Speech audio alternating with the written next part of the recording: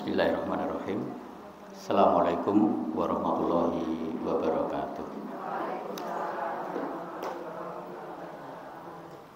Nahmaduka ya dzal jalali wal ikram wa nusalli wa nusallim ala nabiyyina Muhammadin wa ala alihi wa ashabihi wa man tabi'ahum bi ihsanin ila yaumiddin. Qala Allah ta'ala a'udzu billahi minasyaitonir rajim. Ya ayyuhalladzina amanu taqullaha haqqa tuqatih wa la tamutunna illa wa antum muslimun wa ba'du. Ibu-ibu jamaah pengawasan Kamis sore rahimakumullah. Alhamdulillah dokter menika atas izinipun Allah Subhanahu wa taala kula sami tasih istiqomah anggenipun bertolakul ilmi. Anggenipun nuntut ilmu. Salam dan selawat selalu aturaken dumateng uswah kita Nabiullah Muhammad sallallahu alaihi wasallam. Mudah-mudahan wonten ing santen menika kita selalu mendapatkan satu keberkahan. Saya menika berkah ilmunya nanti maupun berkah-berkah yang lain. Karena banyak orang yang mengartikan keberkahan itu identik dengan harta. Tentu walaupun itu iya, tetapi coba kita nanti merujuk para ulama bagaimana para ulama itu menerangkan tentang keberkahan yang hakiki atau barokah yang sesungguhnya. Kadang orang tua, seorang ibu itu ngelem anake, nakku kamu sudah sukses, sudah sekolah, sudah lulus, mungkin S1, mungkin S2 dan S3 dan dapatkan pekerjaan dan kesuksesan, dan mudah-mudahan ini merupakan satu keberkahan semuanya. Tetapi ketika melihat anaknya itu ya sama-sama lulusnya sekolah S1, S2, S3 tetapi belum bekerja atau umpami niku bekerja ya tidak maksimal sebagaimana tadi anak yang dikatakan anaknya tadi apa sudah sukses bekerja, kayaannya luar biasa. Ya ini kamu belum mendapatkan satu keberkahan, nak. Maka orang seperti ini identik dengan tadi keberkahan dengan harta. Coba kita lihat apa yang dikatakan oleh Ibnu Rajab bin Hambal. Ibnu Rajab bin Hambal niku ngendikaken yang namanya keberkahan itu, berkah itu ma tuzidu bita'ah atau kullu ma tuzidu bita'ah. Setiap sesuatu yang menambah ketaatan itu kepada Allah Subhanahu wa taala itu sebenarnya keberkahan. Nggih ngaos sore ngaten iki janjenipun niku satu keberkahan. Karena itu satu ketaatan kita kepada Allah. Kewajiban kula sami menika ngaos ngaji nuntut ilmu itu salah satu kewajiban kula sami, berarti ini salah satu ketaatan kita kepada Allah Subhanahu wa taala. Makanya tadi di awal kalau saya mukadimah, muga-muga kalau saya menika pikantuk keberkahan yang namanya berkah ilmu tadi dan berkah ilmu tadi. Karena kalau orang itu semakin banyak ilmu, semakin ngerti, ketika itu beramal, tentunya merupakan apa? Kita akan menjadikan orang yang mantap di dalam kita beramal. Tapi kalau kita nggak ngerti ilmu nih, sok beramal itu sok kadang keliru, ya kadang keliru. Tetapi kalau itu sudah tahu ilmunya, itu enak, ya sudah tahu dasarnya, tahu ilmunya, itu mau orang berbuat, itu rasanya nyaman, rasanya enak. Di riwayat yang lain itu ma tuzidu bil khair, sesuatu yang menambah seseorang itu kebaikan itu namanya keberkahan. Nah, putaran waktu 24 jam sehari semalam itu kira-kira kita itu banyak khairnya banyak taatnya atau tidak, itu yang tahu kita diri sendiri. Karena pada hakikatnya hati yang tenang itu manakala seseorang itu tidak berbuat kesalahan atau berbuat kejahatan atau tidak berbuat apa itu maksiat, itu sebenarnya hati yang tenang itu seperti itu. Tetapi kalau orang itu pernah melakukan satu kesalahan, ya, kejahatan, dosa dan sebagainya, itu saya yakin itu hati itu nggak tenang. Hati itu nggak tenang. Ya. Dia tenang karena mungkin kebiasaan terus. Tapi pada hakikatnya sebenarnya itu nggak tenang. Maka mintanya kita kepada Allah Subhanahu wa taala selalu kita berbuat baik. Makanya agar kita itu selalu itu berbuat baik, ya banyak zikir tadi di antaranya. Banyak ucapan-ucapan zikir-zikir yang memang apa itu yang sebisa mungkin kita ucapkan ya. Kata-kata yang baik yang harus kita ucapkan. Seperti itu. Maka keberkahan itu ya harta juga bisa menjadi satu keberkahan. Ya, harta juga bisa berkahan. Tetapi tidak utama itu. Maka kalau Ibnu Rajab bin Hanbal itu mengatakan itu kan tadi kullu syai'in ma tuzidu bito'at.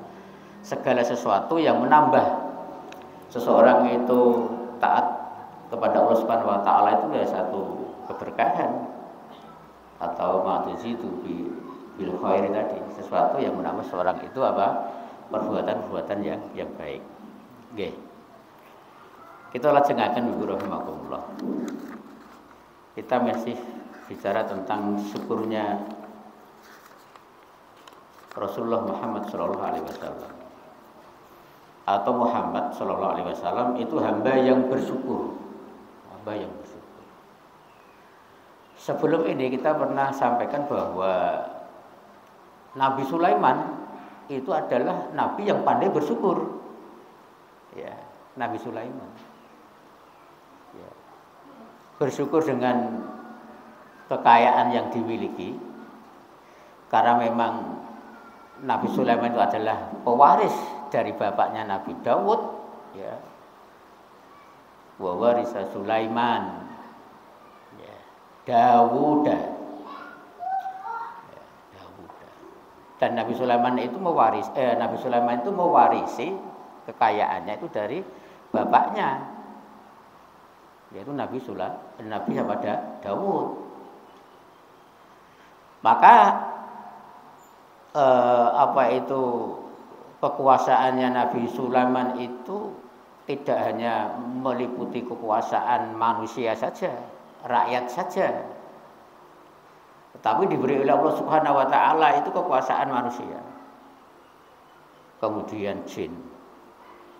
Kemudian kewan. Dan bahkan mujizat yang lain itu bisa mendatangkan angin dan juga bisa mencegah angin di antaranya itu. Jadi kalau itu dilihat dari dakwah pun Nabi Sulaiman, karena dakwah para nabi itu kan punya misi dakwah sebenarnya, punya misi mengajak bagaimana masyarakat, bagaimana manusia itu untuk beribadah kepada Allah Subhanahu wa taala, untuk menyembah Allah Subhanahu wa taala. Milanipun dakwahipun Nabi Sulaiman itu kepada Ratu Balqis itu, Ratu Balqis takut. Ratu Balqis itu juga cerdas. Yang kita angkat dulu yang Ratu Balqis itu mempunyai keyakinannya itu adalah penyembah matahari. Ya, informasi ini dari burung hudhud. Lalu kemarin kita kaji itu yang beri informasi. Ya, di sana itu ada kerajaan namanya Ratu Balqis. Ini nyembah matahari. Sering kita angkat ya. Kalau orang Jepang itu nyembah matahari. Namanya bacanya Sankarai, kemarin saya katakan Sankarai. Sen itu matahari, Karai itu apa saya kurang tahu. Yang jelas itu namanya Sankarai, penyembah matahari. Ratu Balqis di situ. Maka ketika Ratu Balqis itu mendapatkan surat saking Sulaiman, dia berpikir cerdas juga. Berpikir cerdasnya apa? Juga ngajak rapat rakyatnya. Ini gimana? Ini ada surat dari Sulaiman. menyerah, kalau nggak mau menyerah diperangi atau perang lah. Ada dua pilihan saja. Menyerah itu berarti dia itu harus meninggalkan agamanya itu menyembah matahari, keyakinannya menyembah matahari. Menyerahnya seperti itu. Atau kalau nggak mau akan diperangi. Mau nggak mau, cerdas dia. Ya, ditawarkan kepada anak buahnya ya, rakyatnya, perang aja, kita perang aja. Ketahuilah, dia itu tidak hanya raja Sulaiman itu, kata Bilqis kepada rakyatnya. Jadi Sulaiman itu tidak hanya raja, dia itu nabi. Ya, kalau melihat seperti ini nabi. Dan dia itu punya pasukan yang banyak, tidak hanya manusia saja. Umpama sing perang bisa mangkat kewan mesti menang. Ya, kewan-kewan tok kon mangkat perang itu mungkin kewan wis menang. Belum jinnya, belum bisa manusia rakyatnya, belum bisa menguasai jin itu tadi, belum kewan dan belum yang lainnya. Kita menyerah saja. Akhirnya kan menyerah itu di dalam dakwah. Nah, maka syukurnya Nabi Sulaiman itu diantaranya kan hartanya yang banyak itu. Kemudian bisa menguasai makhluk tadi, apalagi yang di surat An-Naml yang ayat 40 itu.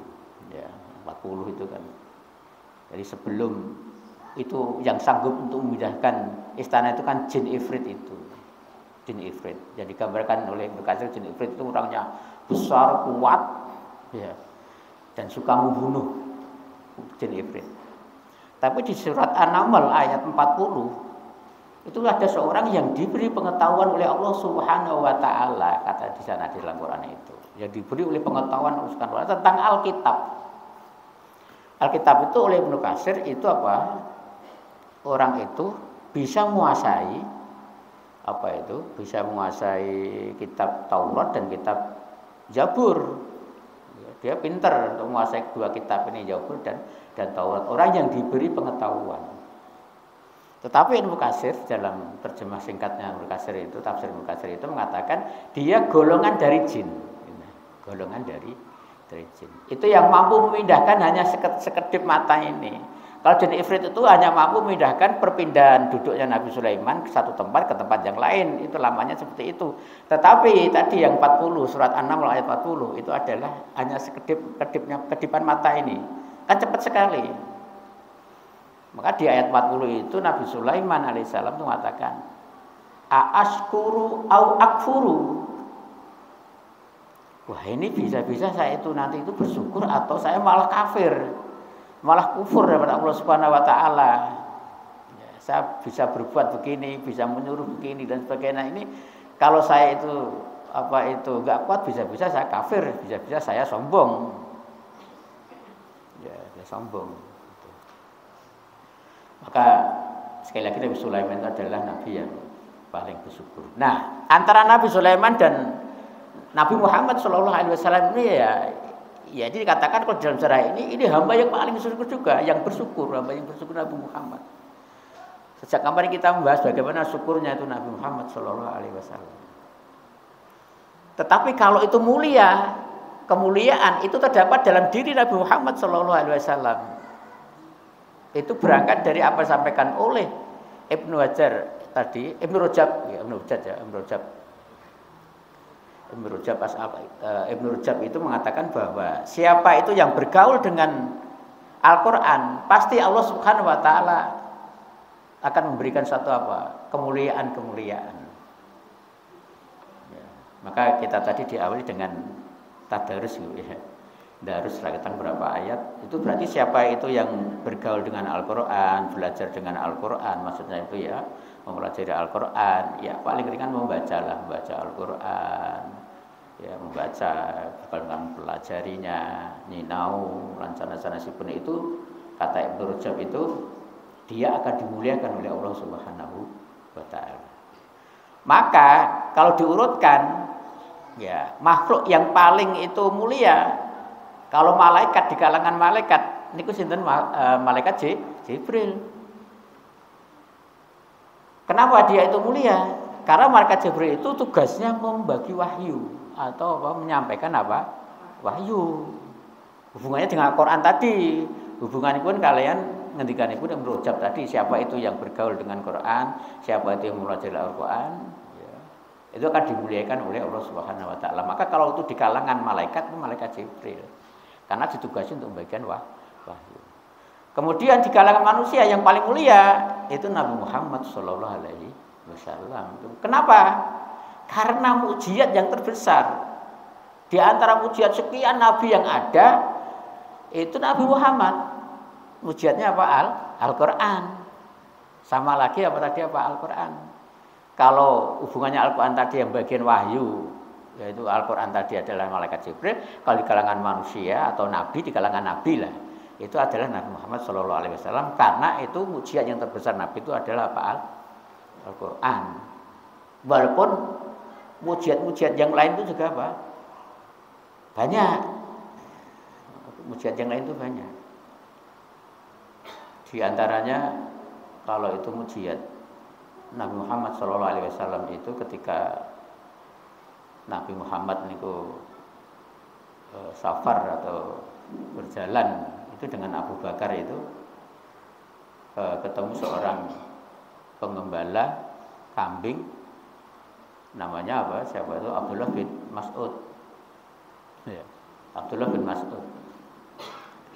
Itu pertama kali Abdullah bin Mas'ud itu ketemu Rasulullah itu. Maka Rasulullah SAW ketika ketemu Abdullah bin Mas'ud itu pas mengembalakan kambing itu kan, di antaranya mengusap punting kambing itu kan, yang kambing yang majer sing gitu, sing mboten saged napa niku mengolah susu kambing. Ya. Itu diusap oleh Rasulullah SAW, akhirnya keluar air susu yang banyak. Ya. Itu diantaranya itu mukjizat Rasulullah SAW. Jadi ada kambing yang majer niku nggih sing mboten nggadhahi air susu niku, itu diusap oleh Rasulullah SAW. Ya. Itu Abdullah bin Mas'ud. Nah, ketika itulah setelah itu dia yakin dan dia masuk Islam. Nah, Abdullah bin Mas'ud ini termasuk apa itu al-awalun, ya, orang yang masuk Islamnya itu awal. Dan bahkan dia ketika masuk Islam itu kelebihan dia itu bacaan Al-Qur'an. Ya, kembali pada Al-Qur'an tadi. Jadi bacaan Al-Qur'an tadi. Itu Abdullah bin Mas'ud. Bacaannya itu merdu, baik, dan bahkan Rasulullah SAW itu pernah suruh membacakan karena merdu suaranya. Maka dibacakan oleh Abdullah bin Mas'ud itu surat An-Nisa. Surat An-Nisa itu tentang wanita itu ya, itu belum sampai atau belum rampung itu Rasulullah sudah menangis, akhirnya suruh mengakhirinya. Abdullah bin Mas'ud itu memang tadi pengembala kambing dan seorang budak, biasanya itu awalnya itu seorang budak dan berkulit hitam. Sekali lagi berkulit hitam. Orangnya pendek, kulitnya hitam, tapi suaranya merdu. Mulanipun sering kula aturaken bilih. Wong kene kulite ireng. Ya. Itu baca Al-Qur'annya itu bagus. Maksudnya jam dulu loh ya. Nek sekarang ya belum tentu. Nah, orang sekarang orang Indonesia belum tentu. Tapi kalau merujuk pada sirah sejarah itu, suaranya merdu ki wong kulit itu. Sering saya sampaikan. Seperti Bilal. Bilal kan muadzin Rasulullah. Muadzin kan suaranya kan bagus. Jadi kalau adzan itu suaranya enggak bagus kan juga kurang nyaman kan ya. Maka Bilal ini suaranya bagus. Kulitnya hitam. Abdullah bin Mas'ud itu saya baca. Itu orangnya yang kulit hitam juga. Maka bacaannya itu. Maka dia mengatakan, saya itu yang lebih paham tentang Al-Qur'an. Al-Qur'an. Walaupun tidak menafikan banyak para sahabat yang lain itu lebih daripada saya, kata dia. Karena saya itu dan tahu persis Rasulullah, dari lisan Rasulullah itu 70 ayat. 70 surat. Bukan ayat ya. Ayat 70 ya, itu 70 surat. itu langsung dari Rasulullah sallallahu alaihi wasallam. Langsung dari Rasulullah sallallahu alaihi wasallam 70 surat, turunnya di mana dan kapan itu dibacakan saya tahu. Itu kata Abdullah bin Mas'ud. Panji orangnya cerdas.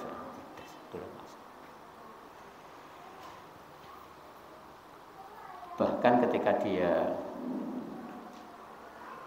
mau meninggal itu, dia meninggalkan anak yang jumlahnya 6 atau berapa itu. Kayaknya banyak perempuannya wallahu alam. Itu ketika mau meninggal itu, Utsman bin Affan tuh jenguk. Apa kata Umar? Kata Utsman, wahai Abdullah bin Mas'ud, ini ada harta. Iki ono bondo iki. Ya. Ben nggih anak-anakmu nanti. Apa kata Abdullah bin Mas'ud? Oh, enggak bisa, tidak. Dia jawabnya, man qara'a suratul al-waqi'ah. Lanjutannya saya lupa. Engkang intinipun niku, siapa saja di malam hari orang itu ketika dia membaca sering atau rutin membaca surat Al-Waqiah, maka Allah Subhanahu wa taala tidak mungkin dan tidak akan memberikan kefakiran kepada mereka yang membaca Quran. Jawabannya sapa sing maca Quran surat Al-Waqiah, karena Al-Waqiah itu bicara tentang kiamat.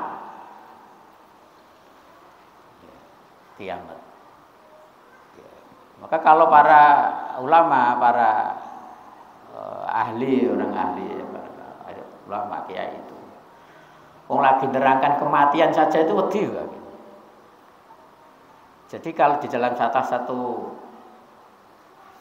buku itu menerangkan kematian itu kan sebenarnya itu seperti orang ngimpi, tapi ngimpi ini ngimpi mati. Jadi kalau ada orang mati itu sebenarnya ututannya itu, dia itu seperti ngimpi tapi ngimpinya mati. Diurutkan mungkin dari apa? Dimandikan. Kuwi ngerti Bu nek aku dimandikan. Sing mandikan sapa ya ngerti. Apa ora sing mandikan kuwi nganti piye dan sebagainya ngerti sapa kuwi pada waktu itu. Bar niku diangkat kemudian dikafani ngerti yang ngafani niku sapa? Pak Mudin apa sapa ngerti. Ngerti aku dikafani ya. Itu wong mati ku ngimpi mati ngono ki durutkan kan orang mati kan itu durutkan. Dari sementara dari memandikan, kemudian mengkafani, kemudian dikubur ku yo ngerti, dicemplungin ning nggon niku lubang kubur niku ngerti nek aku ku dicemplungin iku. Nek baru ku ditutup. Lah setelah itu baru merasakan. Kalau Al-Qutubi siapa itu mengatakan itu. Jadi roh ketika rohnya sudah diangkat, kemudian dikembalikan lagi, maka ada namanya alam tadi. Nah, ketika itu sudah kembali lagi, ditutup, itu ngerti, langsung itu sudah beda tadi. Wis kaya orang ngimpi neh, berarti ini tenanan iki, mati tenanan seperti itu. Tapi konon urutannya itu ngimpi dulu, maka saya ya Allah, wong mati kaya ngono kuwi ya. Kan kita nggak tahu. Ya, urutannya seperti itu. Tapi ketika itu sudah ditutup, itu tadi ngerti sudah. Ditanya oleh malaikat. Kalau dikatakan di sana itu, kalau itu malaikat orangnya baik, gampangannya amalnya banyak baik, yang datang malaikatnya ya ramah tamah. Tapi kalau itu orang yang enggak baik, dalam artinya amalnya ya malaikat itu akan apa? Terus, itu perlakuannya juga berbeda. Ya. Itu seperti itu. Tapi Al-Waqiah ini aja bicara tentang apa? Tentang kiamat. Kayaknya tentang kiamat itu Al-Waqiah. Itu kalau sirahnya itu. Kembali pada tadi. Jadi kalau orang mulia itu malaikat Jibril, kemudian kalau manusia atau nabi itu adalah Nabi Muhammad SAW. Lah, kalau itu bulan Ramadan. Karena apa? Di sana itu turunnya Al-Qur'an itu apa? Di bulan Ramadan. Yang sering kita ingat itu adalah 17 Ramadan, namanya Nuzulul Quran. Turunnya Al-Qur'an itu kebanyakan di di apa di bulan Ramadan. Maka mulia kalau itu bulan ya bulan Ramadan. Kemudian kalau itu hari ya orang banyak mengatakan hari Jumat itu memang banyak keberkahan di sana. Maka kalau ada itu sayur berkah, mungkin pagi berkah itu biasanya di Jumat itu seperti itu. Ya walau alam sawab ya. Kalau orang mati ada mengatakan itu matinya hari Jumat, tetapi Rasulullah SAW itu meninggalnya itu hari Senin, lahir juga hari Senin. Maka kemarin tanggal 17 itu adalah apa? Maulid Nabi. Walaupun lahirnya Nabi Muhammad SAW memang ulama sudah mendapat, tapi mayoritas itu apa? Tanggal 12 Rabiul Awal. Tanggal 12 Rabiul Awal. Ada mengatakan yang lain banyak sekali. Ada mengatakan tanggal 8 Rabiul Awal, ada tanggal 9 Rabiul Awal. Ya. Itu kalau kita lihat lahirnya atau namanya Maulid Nabi, lahirnya Rasulullah Muhammad SAW. Monggo lah lahirnya kapan yang jelas kita meyakini Rasulullah SAW adalah seorang Rasul kita bisa paham, kita bisa ngerti itu kan lewat apa yang disampaikan oleh Rasulullah SAW. Nah, kesabaran syukurnya Rasulullah Muhammad SAW yang selanjutnya itu adalah dia sering sujud syukur. Maka karena hubungannya dengan syukur, Rasulullah itu sering sujud syukur. Di antaranya kalau itu mendapat satu kemenangan di dalam peperangan atau perang Badar, itu Rasulullah langsung sujud syukur. Bacanya apa sujud syukur itu, Bu? Nggih sami to, Bu, sami salat to. Subhana rabbiyal a'la, itu aja yang paling gampang itu. Sujud itu. Ya, sujud syukur. Menerima kemenangan, kenikmatan dari Allah Subhanahu wa taala, kita bisa sujud syukur. Ya. Divonis oleh dokter, wah ini harus operasi ini sudah, walaupun sudah buka berapa mau melahirkan itu, tapi divonis dokter itu lagi harus operasi, nggak bisa keluar. Ngerti mau tuh dewi. Kan kadang itu ya vonis dokter itu. Nah setelah itu bisa sujud syukur. Ya itu syukur. Ya karena kalau operasi itu juga secara biaya juga mahal kan, Bu ya. Ya mahal. Ya. Ini ngono kadang itu ibu-ibu itu seneng malah mau operasi, Bu ya. Orang rasake lara jarine ngoten niku. Ya, para orang-orang itu mengatakan seperti itu. Ada saja yang namanya manusia ya, ada seperti itu. Sujud ya, Bu ya, sujud syukur itu sering sekali ya kalau kita menerima kenikmatan dari Allah Subhanahu wa taala. Biasanya terlepas dari bahaya atau apa itu, ya. Sujud syukur. Kemudian syukurnya Rasulullah SAW itu ketika makan dan minum.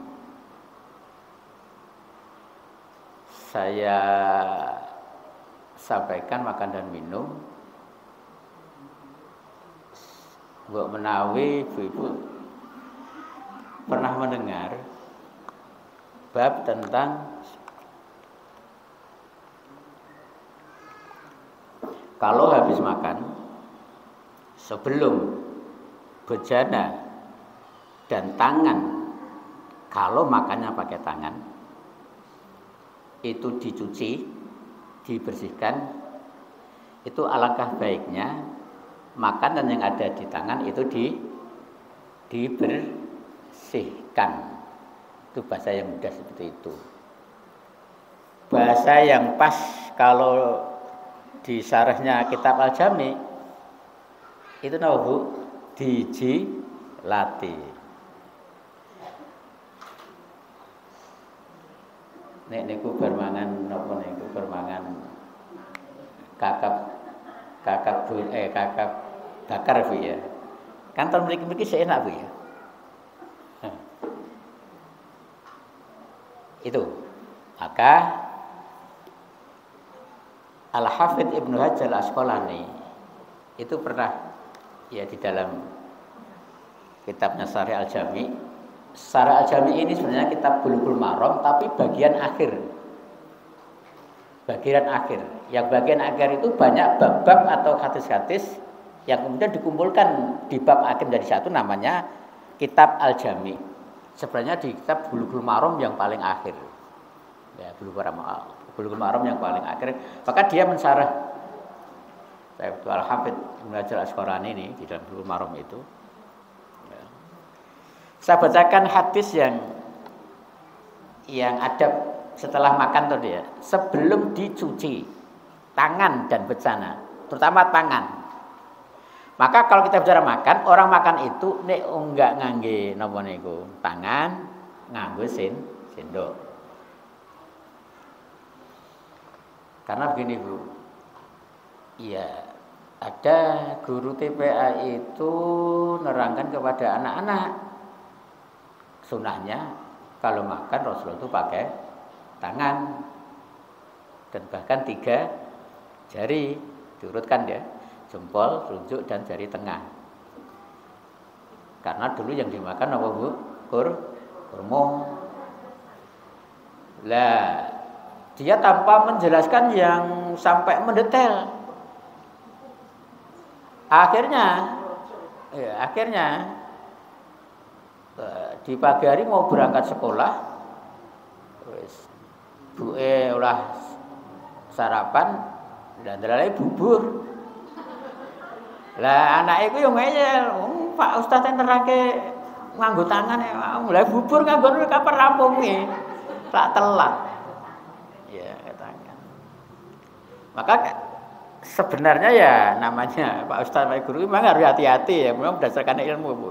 Nek dia hanya menerangkan Rasulullah itu maksudnya pakai tangan, iya boleh silahkan. Pakai sendok juga enggak dilarang. Ya, itu enggak dilarang.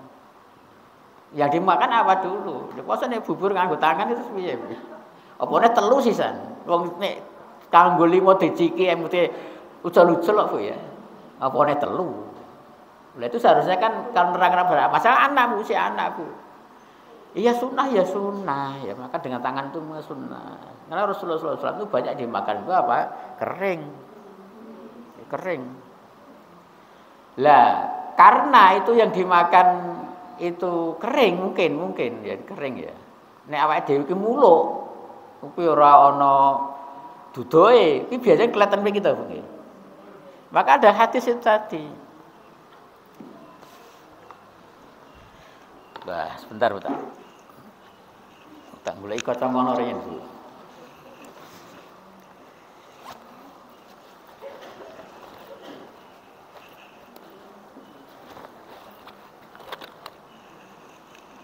Saya bacakan dulu.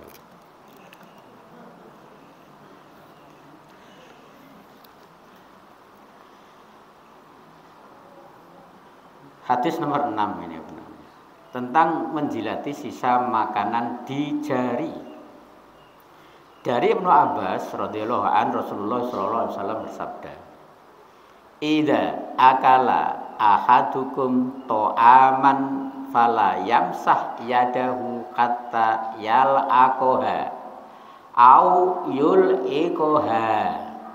Apabila salah seorang di antara kalian makan, maka janganlah dia mencuci tangannya sebelum menjilatinya. 1. Tak durung dicuci niku kon ngresiki sik Bu. Atau meminta orang lain menjilatinya.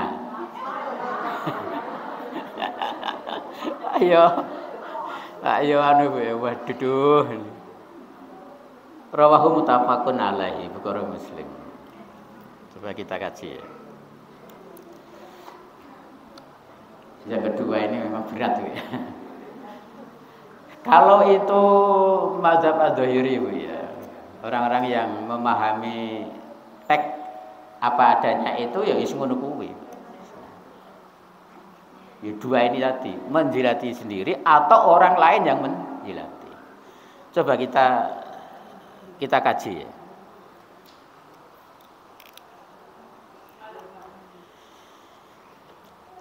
Yang pertama, bahwa sebenarnya memang menjilati sisa-sisa yang ada di sini itu memang nikmat, rasanya nikmat betul, dan bahkan saya mengajukan juga piring itu memang juga harus bersih. Itu pertama mengajarkan agar tidak mubadir. Dan bahkan yang sering kita terima bahwa boleh jadi kalau itu tidak dibersihkan, tidak dimakan, barokahnya di situ. Boleh jadi loh ya. Maka kalau dikembangkan lagi, kalau orang itu sering sakit perut, mungkin salah satunya. Apa ya aku nek mangan ora tau tak entekke ya. Maka yang berkah itu apa? Tidak saya makan. Coba kita lihat kehidupan Bu ya. Makanya anjurannya tadi, sebelum itu dicuci tangannya, itu dibersihkan. Maksudnya dibersihkan yang pertama itu dijilati tadi, diambil lagi. Piring juga begitu. Coba kalau itu orang punya gawe, itu kira-kira piring kuwi sadurunge diresiki, sadurunge dicuci, mesti kan diresiki sik. Dikumpulke sing sisa-sisa niku. Sisa-sisa niku. Biasane niku. Siji boleh jadi itu kalau jagung itu gengsi nek dientekke, nek dikira rakus. Padahal jane sego sak meniki entek Bu ya. Nah, itu sering kita angkat Bu. Coba apa itu perasaan-perasaan itu yang menurut saya itu kurang baik itu dihilangkan. Ya, kita habiskan. Karena Rasulullah SAW itu kalau itu mau makan ya itu dihabiskan. Ya nek niku sambel ya disisihke ngono napa lho sambel. Ning rata-rata Bu ya. Kuwi nggo jikuk lawe tok wis. Mungkin gengsi, mungkin apa, padahal itu. Lah kecuali kalau memang itu kenyang betul. Kenyang betul pun itu sebenarnya apa? Kalau nggak mau ya sudah ditolak. Itu dibiasakan. Biasakan. Nah, apa neh ning kono kok napa iki ora anu mboten ngangge sendok, wah kok dilatih jan saya apa isin dan sebagainya. Nah, yang pertama yang sama.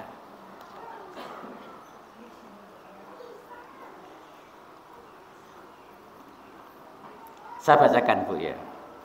Yang pertama itu memang nikmat Allah Ta'ala yang terdapat di dalam setiap bagian dari makanan maupun minuman.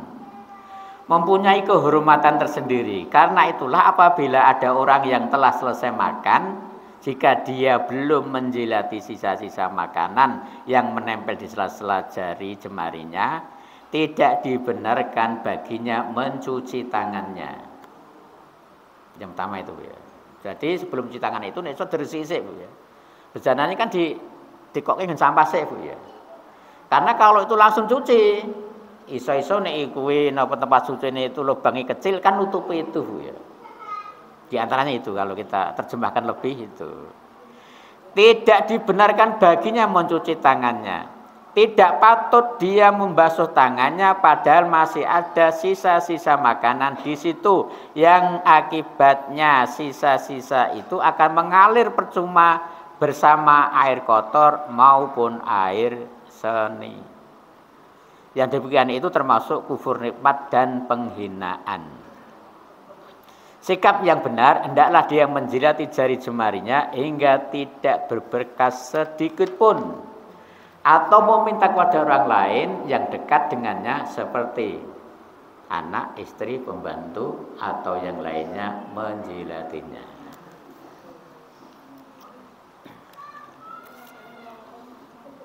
Intinya itu dibersihkan. Bersihkan dulu jilati. Dan ini merupakan nikmat dari Allah Subhanahu wa taala. Coba nanti kita kaji lagi. Nanti kita akan ketemu nanti.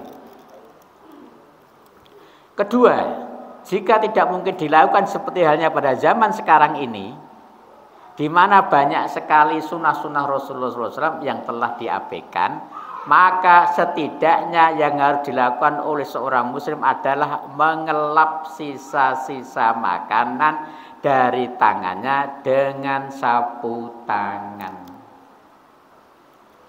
Ya.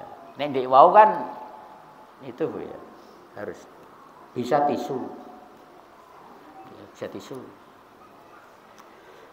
Kalau itu makan bareng-bareng, itu nek iso kobokane kuwi sing mengalir, Bu.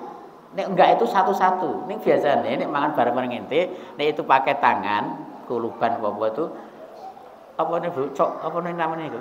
Kobokane iki biasane nggur sak rengkot nggih wong 5. Ah kurang nyaman, Bu. Akhirnya Bu nggih. Nek pertemuan-teman dulu diusahakan, makanya di rumah makan itu biasanya cuci tangannya sendiri, mangkok cilik no ke. Nek enggak itu di sebelah-sebelahnya itu ada apa? Keran yang mengalir. Itu menjadi seperti itu.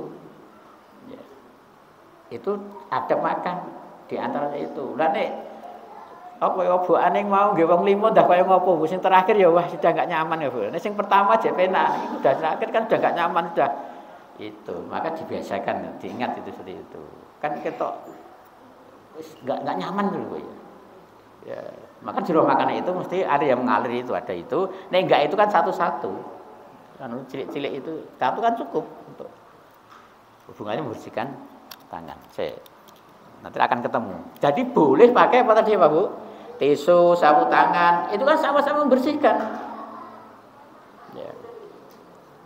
Kemudian barulah mencucinya dengan air yang bersih. Namun mengikuti sunnah tetap yang lebih afdol. Nek jenengan niku mboten purun napa niku menjilat niku wau, solusine niki wau napa dibersihkan sebelum mencuci, dibersihkan dengan apa? Sapu tangan atau mungkin tisu.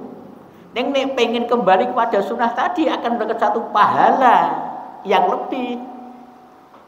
Tentunya nggih benten nek gelem dilatih niki mau akan mendapatkan satu pahala. Nek diumpamake mungkin dilatih pahala niki 100, nek ngelap itu mungkin apa 10.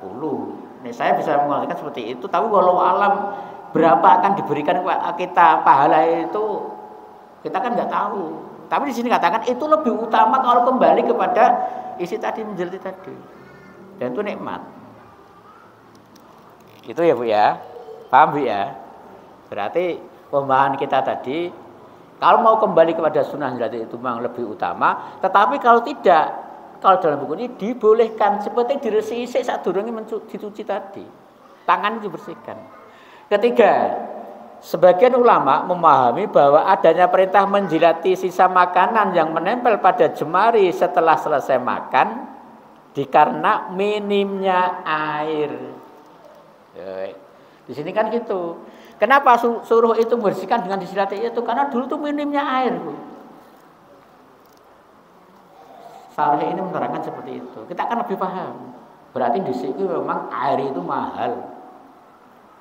Sampai sekarang, Bu, ya sampai sekarang, nih Ibu itu ke Mekah atau Madinah, pernah ke sana. Itu yang untuk mandi itu hotel itu dari laut, Bu. Airnya itu dari laut. Ibu disampaikan mereka nggih umroh dari laut. Karena apa? Kecanggihannya disuling airnya sampai situ untuk mandi, bahkan untuk minum, bahkan mungkin. Tapi karena itu banyak jam-jam, minumnya jam-jam terus. Sekitar itu. Wong Madinah aja itu untuk nyalur jam-jam ke sana itu pakai mobil tidak tidak saluran itu. Tidak saluran. Tidak, karena jaraknya yang jauh. Ya, perjalanan berapa jam? 5 sampai 6 jam mungkin kalau itu kalau pakai bis. Ya. Tapi kalau pakai kereta yang cepat itu hanya 2 jam mungkin. Ya. Maka bagi orang yang umroh pertama itu naiknya naik bis biar iso ngerti rutenya Rasulullah SAW ketika itu hijrah. Di perjalanan hijrahnya Rasulullah dari Mekah Madinah itu kan dari Mekah ke Madinah itu kan rute itu dilewati itu kendaraan itu. Ya, maka jangan langsung naik ya kereta, nanti nggak bisa menikmati cuma 2 jam itu. Tapi kalau itu langsung menikmati alam kan, di antara seperti itu. Dan dulu minimnya air, betul minum air betul, saya yakin itu. Walaupun sudah ada Zam-Zam juga sejak siapa? Nabi Ismail, zamannya Nabi Ibrahim itu memang sudah ada Zam-Zam itu kan, kumpul-kumpul Zam-Zam itu kan begitu kalau caranya kita itu. Ya. Tetapi di tempat yang lain mungkin masih sulit. Ya, maka di antaranya itu apa? Mungkin minimnya air dikatakan seperti itu. Sehingga dijadikanlah jilatan sebagai ganti membasuh dengan air. Yang benar wallahu alam. Maksud hadis di atas menurut kami tetap sebagaimana yang telah kami sampaikan sebelumnya ini. Ya. Keempat, di dalam Sahih Bukhari disebutkan Anan Nabiyya sallallahu alaihi wasallam syariba labanan summa tamadmadha bil ma'i wa qala innalahu dasaman. Bahwa Nabi sallallahu alaihi wasallam pernah minum susu kemudian beliau berkumur. Beliau bersabda sesungguhnya susu itu mengandung apa? Lemak. Dalam Al-Adab As-Syar'iyyah dikatakan karena itu hendaknya berkumur dengan air setelah mengkonsumsi makanan berlemak. Berdasarkan alasan yang diberikan oleh Rasulullah Shallallahu Alaihi Wasallam. Yang jelas setelah makan silahkan dibersihkan. Kalau Nabi menyontohkan itu minum ini lemak. Maka makanan itu ada makanan lemak jahat dan lemak aman, Nabi ya. Lemak jahat itu diantaranya gorengan. Kira-kira tinggal gorengan sakit dulu. Piye? Nanti bar maghrib itu mesti ketemu gorengan. Kalau saya beli gorengan, arep menghindar itu ya angel. Gorengan. Itu berlemak jahat. Daging-daging. Yang enggak itu ya biasanya kedelai, getuk-getuk ini betul ya. Aman nih, aman lemak ya, aman lemak. Wah, kalau baca itu ya lemak itu ngeri kalau baca itu. Kalau baca itu. Nah, bismillah. Kemudian tadi yang terakhir, ya bisa juga suruh menjilati yang lain. Ini pun Nabi masih membatasi keluarga, toh Bu. Enggak jauh kan? Walaupun di sini ada pembantu juga. Jadi boleh jadi yang jadi itu ibunya atau anaknya. Dan anak dia pas makan gitu kira-kira gitu, urung mudeng. Nek jenengan mau dilatih kira-kira kuwi nek dilatih nggone anak ini gila napa mboten Bu? Nikmat ta Bu? Wong nyuwun sewu, umbelnya diserot Bu ya. Itu maksudnya Rasulullah SAW itu sudah membatasi agak dekat itu loh. Kenapa itu kok orang lain suruh dilatih ya bukan wong liya mlaku ndelok ora gelem, tapi ini sudah disampaikan di situ diterangkan itu, orang lain itu bisa anak, bisa bapak, bisa ibu ya, gitu. Maka sering saya sampaikan itu. Ya, masalah makan itu, ini ibu-ibu itu dulang anak ini rantai itu apa tanggung jawab sinten? Ibu sering saya sampaikan itu. Anak ora ngerti apa. Ya, coba kalau anak itu makan dia kita latih mandiri, wong kadang itu anak itu umur berapa itu mandiri sebu apa dhewe. Nek gak tripod kabeh, Bu. Ya, itu nek nurut kembali kepada tadi suruh dilatih ya diambil dimakan, diambil ora dibuka, misalkan gitu. Ya, tapi kalau tidak mau kembali pada itu ya dengan tadi dengan lap dengan tisu saat durung dicuci itu tadi. Syukur diambil dimakan gitu. Diambil dimakan. Itu maksudnya gitu. Jadi orang lain itu masih dibatasi apa? Itu dekat-dekat dengan ini loh. Coba nek manten anyar kira-kira ora seneng apa ya? Ya ngene bojone dilatih. Ya nek manten anyar kita nyontohkan itu ya. Kalau manten anyar itu kan mungkin ya enggak apa-apa ini dia tak anune tak. Wah, seneng malahan itu. Ya nek dulang-dulangan kadang malah di tekon jero dicopot kabeh. Nah itu mungkin saya gambarannya seperti itu, Bu. Ya, dari orang lain yang menjilati itu tadi ya itu iso dibatasi itu loh, Bu. Dibatasi ada keterangan dibatasi itu kalau itu enggak anak, ya ibunya. Kalau kejadian seperti itu. Nek itu memang nggak mau ya nggak apa-apa dilap. Keterangan itu seperti itu. Jadi tidak letterlek seperti itu. Tapi kalau itu mau kembali kepada tadi hadis ini, itu akan lebih afdol, lebih utama. Menurutnya seperti itu. Saya contohkan Bu. Contohkan satu. Dulu ada pertemuan seorang kiai, seorang ustadz itu ketemu, makan bareng itu. Ini hanya cerita saja Bu. Makan bareng itu. Makan bareng itu ada di sampingnya itu dia makannya nggak habis, tapi itu sambel. Kemudian oleh yang di kirinya tadi, kok nggak jenengan habiskan Pak? Wah, aku nih sambel ini gak kuat. Ya, maka disisakan dia. Akhirnya oleh dia tadi, lihat, dia ambil, dia makan. Mungkin di antara keterangan seperti itu tadi, ya, orang lain dia nggak habis, tapi itu sambel, dia ambil, dia ini. Agar apa? Agar tidak apa? Larinya ke mubadir, itu satu.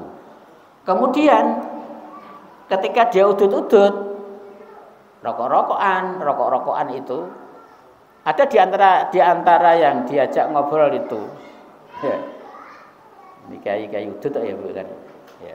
Tapi memperhatikan tentang mubadir itu apa? Ketika ada salah satu itu yang belum selesai, belum habis satu batang itu belum habis, baru setengah itu